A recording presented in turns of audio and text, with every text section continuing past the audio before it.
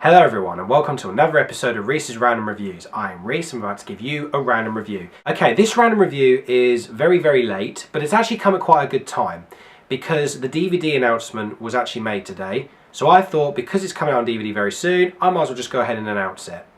I'm going to be talking about the live action remake of Beauty and the Beast. Now the reason I'm talking about Beauty and the Beast now is because I didn't really get a chance to talk about it when it was released because it came out near my birthday, so I was pretty much focused on my birthday, and plus I was quite busy with uni work as well and making films, you know, my sci-fi challenge and everything that was going on, so I was actually pretty busy. So I thought, okay, I might as well talk about it now. Now I heard that the DVD is coming out very soon on June the 6th. So I thought it comes at a perfect time. So I do apologise I didn't talk about Beauty and the Beast when it came out in the cinema. But I kind of like to talk about films anyway later on. I don't really like to talk about them when they're straightly released. I mean, I know I did last year on The Jungle Book, but The Jungle Book was of course my favourite live action Disney remake. And I still think it's even better than Beauty and the Beast, but that's what I'm going to talk about now. So anyway, better late than never. I'm going to talk about Beauty and the Beast now and just say what I thought about it because, you know, there's a lot of things that go through my head about Beauty and the Beast, so I just thought it'd be fun to share my thoughts about the film, and because it's become like the most highest grossing film of 2017, and because it's also become the most highest 11th film in the world. Yeah, it's actually the 11th highest grossing film in the world now, and it's also the most highest grossing live action musical as well. So La La Land is not in the picture anymore. Sorry about that. Okay, so let's get down to the review. I'm going to talk about Beauty and the Beast, and I'm going to talk about some things like what I think. So don't forget, guys, if I say some negative reviews about it and you love the movie, don't start giving me all the complaints and everything. This is just my personal opinion, as it is with everybody doing their personal opinions. But feel free to comment below and tell me what you guys think of the film as well after this video, as I like to hear your thoughts.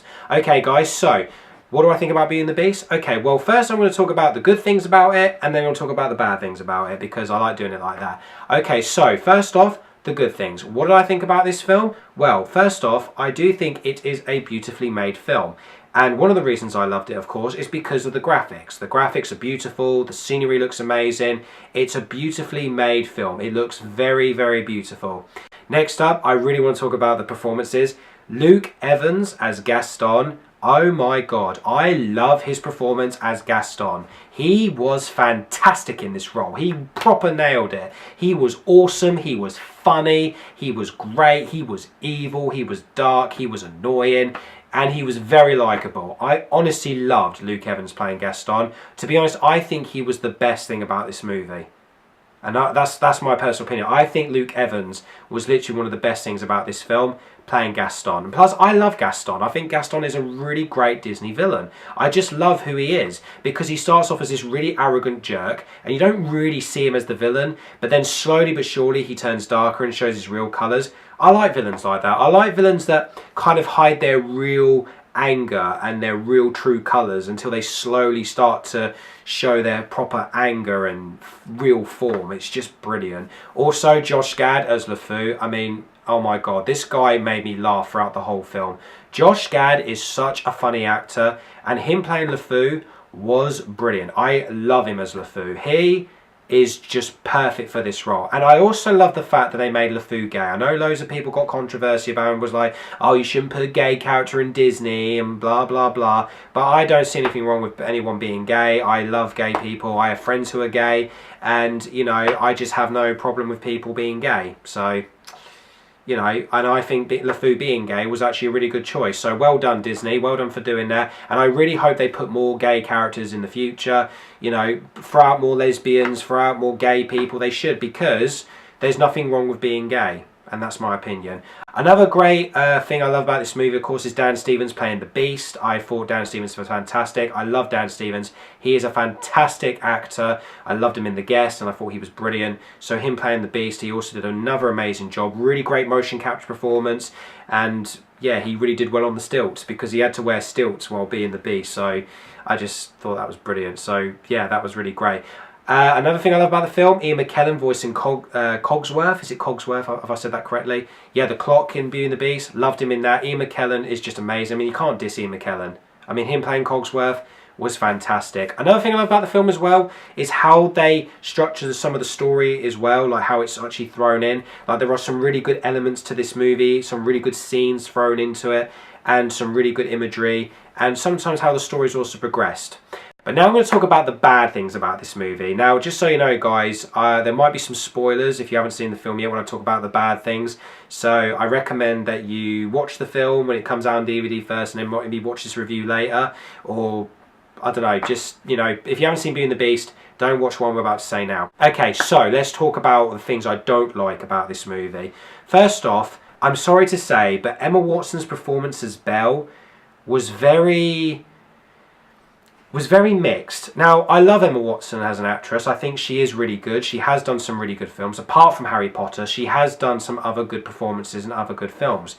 But her playing Belle, I mean, she was a good choice, but it was just the way she was kind of presented it. It just felt very, I don't know, it just felt like you could tell she was acting. It didn't feel like she was actually felt real in the film. It just didn't feel believable. Her performance didn't feel believable. It just felt like she knew that she had to play Belle and was being very stereotypical, and you know, it just didn't feel right. Like, I don't know, it just didn't feel like a very believable performance, and it felt very theatre.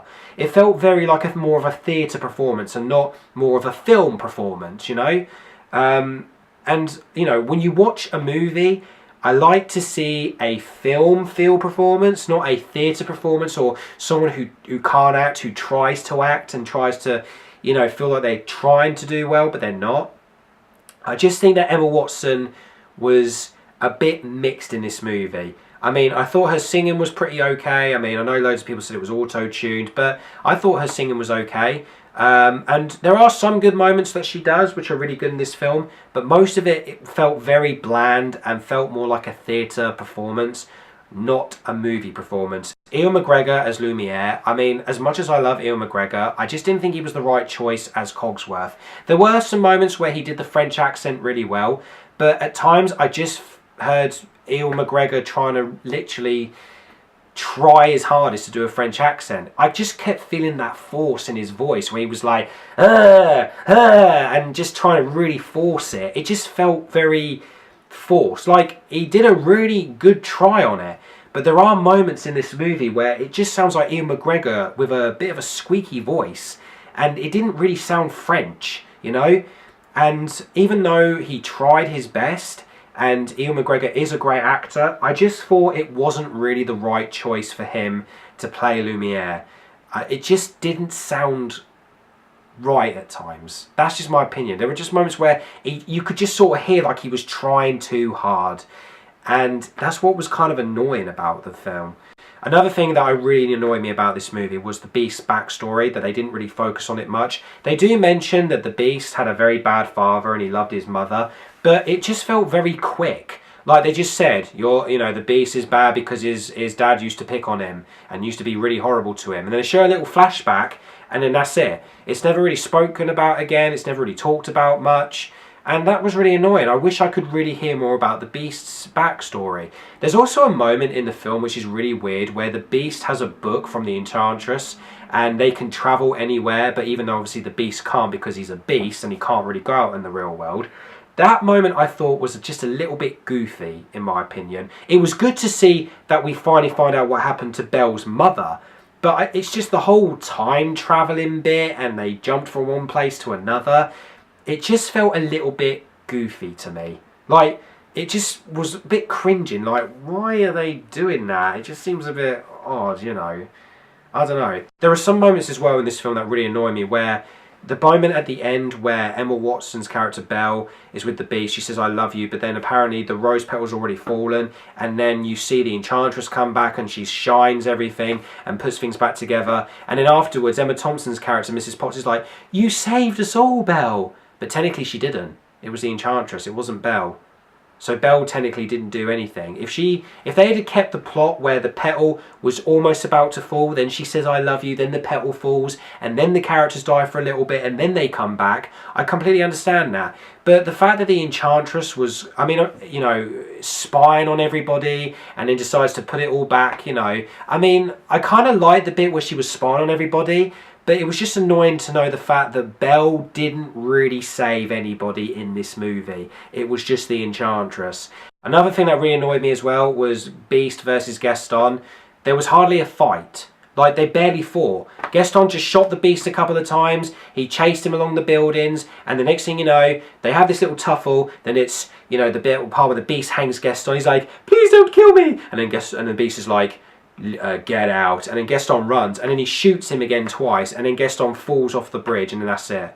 Now, the animated film had a much better fight. I love the fact that the Beast and Gaston had a fight. Now, I know the movie's meant to be, you know, a little toned down because of the kids are watching everything, but I love the fact that there should have been a fight scene, because it would have made the film darker. You have to add the film darker. I mean, the Jungle Book's fight scene where Mowgli fights Shere Khan and there's loads of fire, that was such an epic battle. And yet, in Beauty and the Beast, there was hardly a fight. Like, there was hardly a fight. What's going on? Why couldn't they just do what the animated film do, where they're both fighting on the roofs and they're wrestling each other, and Gaston tries to hit him with the club and stuff like that? They didn't do that. It was so disappointing. Those are the parts that did disappoint me. And it's really a shame, because most of my high hopes did go into Beauty and the Beast, but then when I found out some of the things that went into it, that didn't go into it, that I thought was going to happen, I just felt a little bit disappointed. Like I said though, I do love this film. Don't get me wrong, I do like this film. It is a really good film and I do love it, and I would watch it over and over again. But it's just not as good or as great as everybody says, or as it should have been. It probably should have been a little bit better than what I think it could have been. You know, it could have been a bit better. I think the animated film is better than this one. I actually think the animated film is much better than the live action film. I'm going to give Beauty and the Beast out of 10 an 8. What are your thoughts about Beauty and the Beast anyway, guys? Tell us what you think, comment below. Tell me what you did like about it and what you didn't like about it. Do you prefer the animated film or do you prefer the live action film? Guys, as always, thank you so much for watching my videos. I'm very happy that I've almost reached 180 subscribers. Please subscribe me if you're new, watch my videos, and there'll be more random reviews and film projects on the way. So keep an eye on my account, guys. And I am Reese, and I have just given you another random review.